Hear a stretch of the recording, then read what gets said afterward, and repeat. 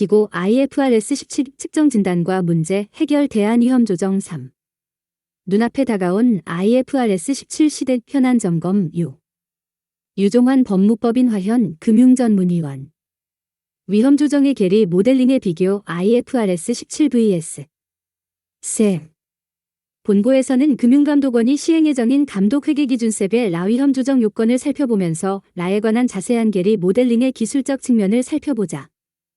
먼저 라에 관한 셉의 기본적인 산출 요건을 살펴보면 생명보험과 장기손해보험의 LRC 자녀보장부채에 대해서는 회사의 위험 회피 성향을 반영한 신뢰 수준 등을 기준으로 산출한 값과 보험업 감독 업무 시행세 측에서 정한 불확실성 요인별 충격 수준을 반영하여 산출한 값과 최선 추정 금액과의 차액의 두 가지 중 큰 값을 택하여야 한다고 정하고 있다.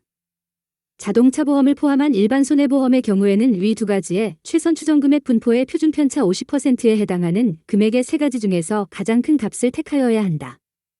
LIC 발생사고 부채의 경우에는 생명보험과 장기손해보험의 경우 회사의 위험 회피 성향을 반영하여 정한 신뢰 수준 75% 이상 값을 반영하여 산출한 값이며 일반 손해보험은 이 산출값과 최선 추정금액 분포의 표준 편차 50%에 해당하는 금액의 중 큰 값을 택하여야 한다. 어느 나라에도 없는 특이한 산출 방법이다. 선진국의 케이스 스터디 중에서 이와 가장 유사한 방법론을 발견하였는데 몇 가지 중에서 큰 값을 선택하는 방법은 아니고 몇 가지 산출값의 가중평균값을 구하는 방법이다. 호주의 생명보험 분야에서의 방법론인 듯한데 이를 소개하는 이유는 셉에서의 예밀해 현금 흐름 추정 분포 표준 편차의 50% 산출값이 존재하기 때문이다.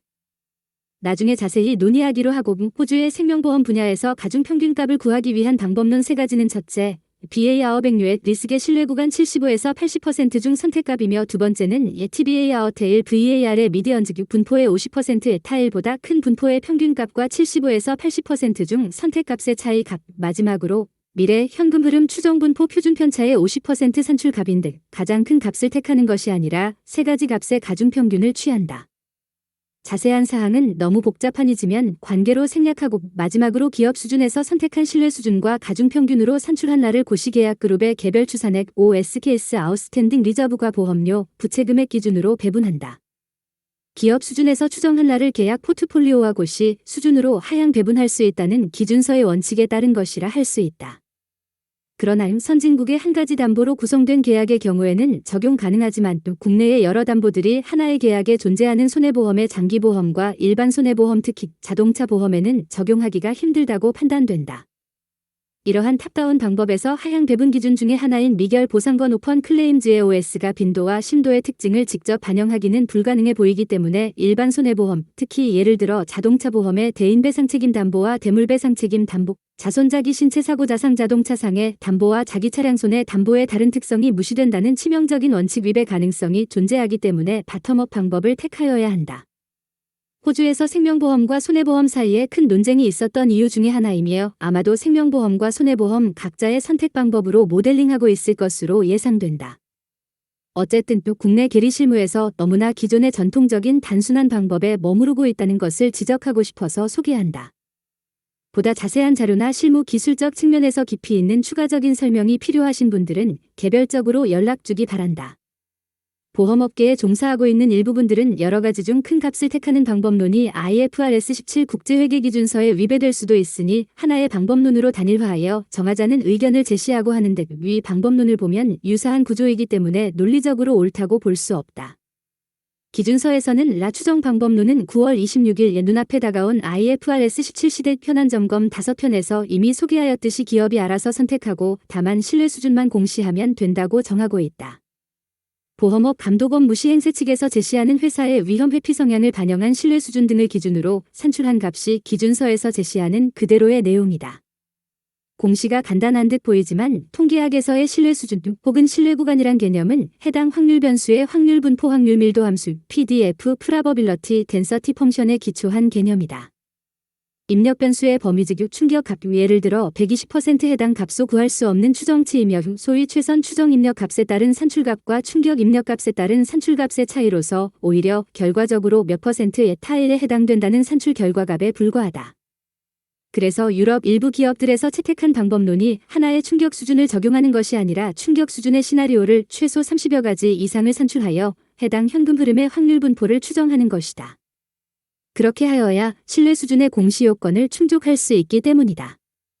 단 하나의 충격 수준에 근거한 라 추정 방법론은 명백한 공시요건 위반이다. 국제계리사회 IAA 실무연구논 마너그래프 예리스 어저스트먼트와 IAA 국제계리노트 IAN 100에서는 조심스럽게 공시요건을 충족하지 못할 수도 있다마이도 매이고 표현하고 있지만 따라서도 기업 스스로 선택한 방법론이 공시요건을 충족하는지 우선적으로 검토하여야 한다.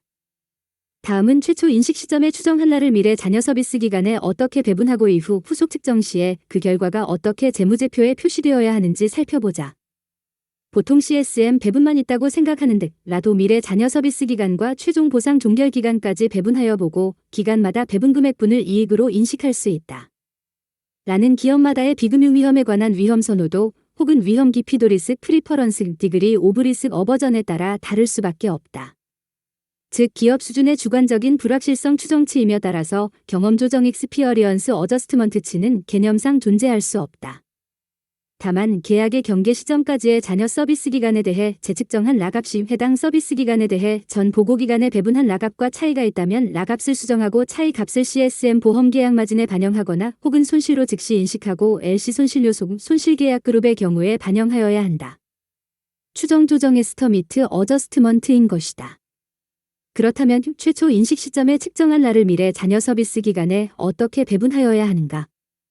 결론의 근거 BC 283에서 이 생략 더 마어진 더 엔터티 레커그나이즈드 포 베링 리스크 이즈 레커그나이즈드 인 프라피트 오어 로스 에즈 더 엔터티 이즈 릴리스트 프롬 리스크 인보스 더 커버리지 피리어드 앤드 더 세틀먼트 피리어드 라고 설명하고 있다.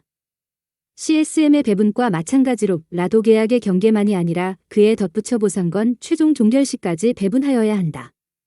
CSM 배분과의 차이는 LIC에서 명확하다. 왜냐하면 라를 계약의 경계 밖으로 보상 최종 종결 시점까지 배분하여야 하기 때문이다. 그러나 최초 인식 시점에는 LRC만 존재한다. 따라서 계약의 경계 시점까지만 리스크 릴리스트 패턴에 따라 배분하지만 이러한 배분은 재무제표에는 직접 나타나지 않고 당해 보고기간 해당 분만 표시 이후 후속 측정 시에는 기발생 보상건 즉 LIC에 대해 라를 다시 추정하게 되면 계약의 경계 기간을 넘어 최종 종결 시점까지 기간 추정을 하여 연장 배분하여야 한다. 기술적으로 추가적인 실무가 필요한 어려운 영역이다.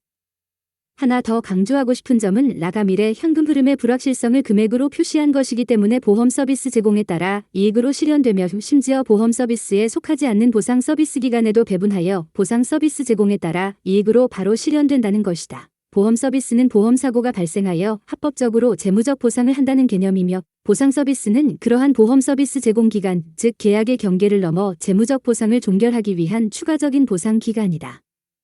따라서 또 보험료 최초 계산 시 라분을 미리 추정하여 반영하는 것이 중요한 이유이다. 계리 기술적 관리 경영의 이슈이다.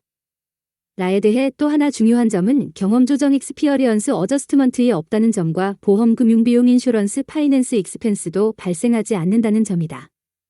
BB1인 현금 흐름 유입과 유출 추정치는 이전 보고기간에 다음 보고기간에 대해 추정한 값의 기간이 경과한 후 실제 현금 흐름 값과 비교하여 차이가 존재할 수 있지만 요 앞에서 지적하였듯이 라는 개념상의 금액이기 때문에 그러한 차이 값이 존재할 수 없다. 해당 보고 기간에 라를 100만큼 배분하였는데 기간이 지나고 보니 라가 90 혹은 110이었다고 차이를 인식할 수 없기 때문이다. 마찬가지 개념상의 이유로 보험 금융 비용은 발생할 수 없다. CSM은 이행연금 흐름 추정 결과값이거나 후속 이행연금 흐름 추정에 따른 조정값임에도 불구하고 보고기간마다 보험 금융 비용이 발생한다. 그러나 라는 보험 금융 비용을 적용해선 안 된다.